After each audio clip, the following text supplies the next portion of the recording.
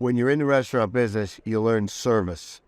You learn how to service people. You know what people are looking for. So if we could reflect back to one of the best things that ever came out of the restaurant part of it was the fact that you learn service. And, the company that we were with, they have the best, by far the best management training program that you could ever have. So, we had good roots. Give you a good foundation to then get into service for clients. So you know how to take care of real estate. Yeah. So then, okay, savings and loan scandal, that happens. Then where did that, is that what brought you eventually to the Williamsburg area? Well, they were moving out of Massachusetts 4-1. So, and all that we were around were the REO properties. So it was very difficult to make a living, and the cost of living was very high.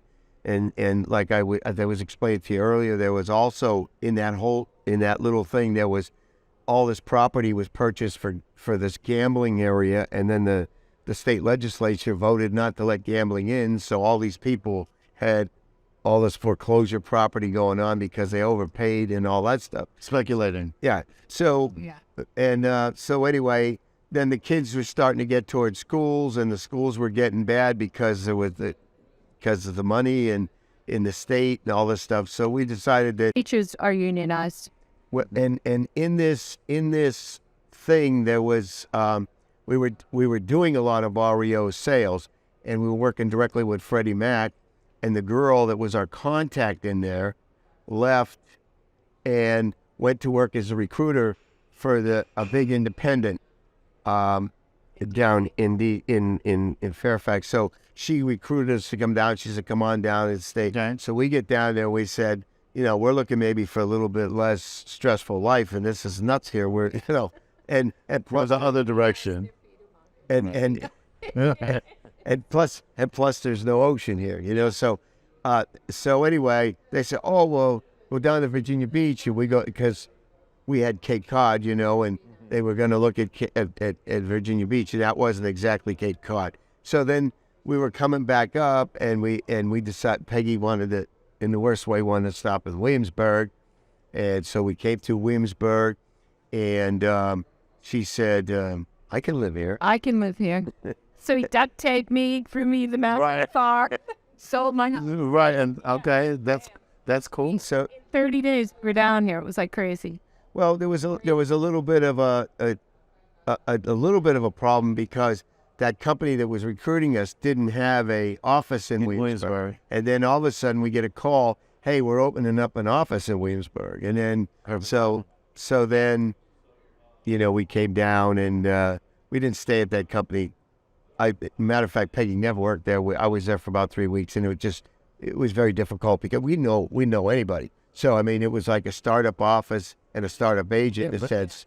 So we decided that we wanted to go with the number one company, number one independent, because they didn't even have any at that time. Didn't even have any franchises there. So but that shows the resiliency that it takes in this business. Obviously, that you can, if you have the work ethic, discipline, you can uproot yourself, come to a totally different market where no one, not one, start your business and grow it into a thriving business. An anchor or something, because we could have done it without the company that we ended up. They were the number one company. They had all the subdivisions listed, so whenever builders built subdivisions, their company Contacted you guys. Yeah. So we grew with Williamsburg. We know like every subdivision. So many of the houses that we've sold are because our company had all the subdivisions. Well, okay. It was great. They owned the inventory.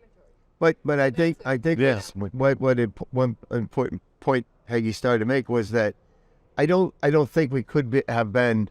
I know we couldn't have been as successful if we didn't have both the foundation of the restaurant service and, more importantly, the kind of the sales experience. I wouldn't go in here cold and say, "I think I'll get a real estate license," and no job. You know what I mean? So, we had we knew how to sell, so, and we knew what to do. So and we had, back then, we have Tom Ferry now, back then we had Tom Hopkins. Right. Yeah, Tom Hopkins. So let me switching up a little bit. Everybody knows you. I've known you for a long time as Uncle Bob. Right. Where did that come from? Well, it started out in Williamsburg. I'm also kind of a little bit in the restaurant business in Williamsburg, just out of osmosis, because a lot of my customer base is in restaurants. And there's an Italian guy that they used to call me. They used to call me Zio Bob, because that's Italian for Uncle Bob. And then it got to Uncle Bob, and then so I was always Uncle Bob. Then when I got into the Tom Ferry organization, I was Uncle Bob, and that happened in 2009. And so, like I say, I was explaining to you, if you're coming to something like this as an agent, if you have an identifier that somebody's going to remember you from either from that event or continue to get to know you, it is very helpful for referral business. Right. If you're an agent and you want to be, somebody's, And you want to give more business. Yeah. Yeah. I mean, it's pretty.